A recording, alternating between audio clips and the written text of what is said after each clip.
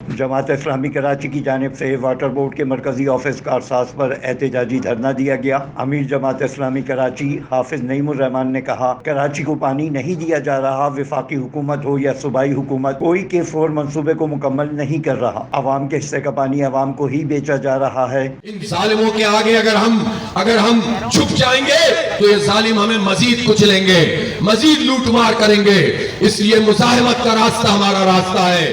حافظ نعیم نے کہا، کراچی میں پانی کا شدید بحران ہے، بجلی اور گیس آتی ہی نہیں۔ کراچی کی صحیح آبادی 3.5 کروڑ ہے۔ کراچی کی آبادی کم کرنے کے لیے پھر سے سوداگر بیدار ہو گئے ہیں۔ حافظ نعیم الرحمان نے مزید کہا، چیئرمینز کو سائن کرنے کے بھی اختیارات نہیں دیے جا رہے ہیں۔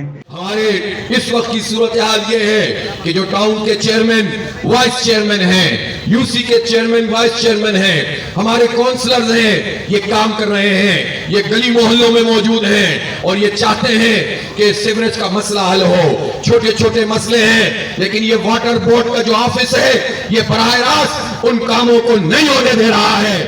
اس موقع پر مظاہرین کی بڑی تعداد موجود تھی جو پلے کارڈ اٹھائے ہوئے تھی۔ Afzal Khan, C110 news, Karachi. C110 news, خبر کی اصل خبر۔